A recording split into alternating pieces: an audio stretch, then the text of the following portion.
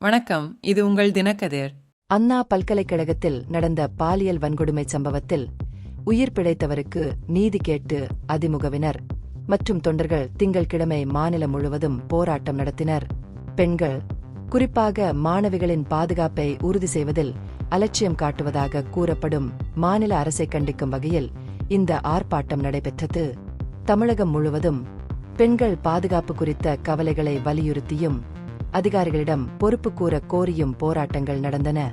செங்கல்பட்டு மாவட்டம் பழைய பேருந்து நிலையம் அருகே மாவட்ட செயலர் சிட்லபாக்கம் ராஜேந்திரன் தலைமையில் அதிமுகவினர் 800க்கும் மேற்பட்டோர் திரண்டு அரசுக்கு எதிராக முழக்கங்களை எழுப்பினர்.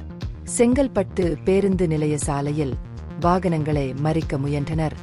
இருப்பினும் போலீசார் தலையிட்டு போராட்டத்தில் ஈடுபட்டவர்களை மாலை வரை அருகில் உள்ள சமுதாய கூடத்தில் தடுத்து நிறுத்தினர். இதேபோன்று திருவள்ளூர் மத்திய மாவட்ட கட்சி சார்பில் காரம்பாக்கத்திலும் போராட்டம் நடைபெற்றது. முன்னாள் அமைச்சர் பெஞ்சமின் தலைமையில் நடைபெற்ற இந்த ஆர்ப்பாட்டத்தில் சுமார் 500 கட்சி தொண்டர்கள் கலந்து கொண்டனர். சட்டவிரோதமாக ஒன்று கூடியதாக கூறி போராட்டத்தில் ஈடுபட்டவர்களை போலீசார் கைது செய்து அரசு சமுதாய கூடத்தில் அடைத்தனர். காஞ்சிபுரம் மாவட்டத்தில் முன்னாள் அமைச்சர் வே. சோமசுந்தரம் தலைமையில் 1000 அதிமுகவினர் மாவட்ட ஆட்சியர் அலுவலகம் அருகே திரண்டனர். போராட்டத்தில் ஈடுபட்டவர்கள் நீதி மற்றும் பொறுப்புக்கூறல் போன்ற கோரிக்கைகளை முன்வைத்தனர். ஆர்ப்பாட்டத்தில் ஈடுபட்ட 250 பேரை போலீசார் கைது செய்தனர்.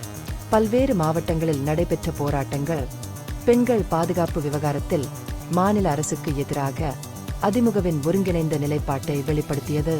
பெண் மாணவர்களை பாதுகாக்க அரசு தவறிவிட்டதாக அக்கட்சி விமர்சித்ததுடன் அண்ணா பல்கலைக்கழக பாலியல் வன்கொடுமையில் இருந்து தப்பிய பெண்ணுக்கு நீதியை உறுதி செய்ய உடனடியாக நடவடிக்கை எடுக்க வேண்டும் என்றும் வலியுறுத்தியது. இது உங்கள் தினக்கதிர். நன்றி.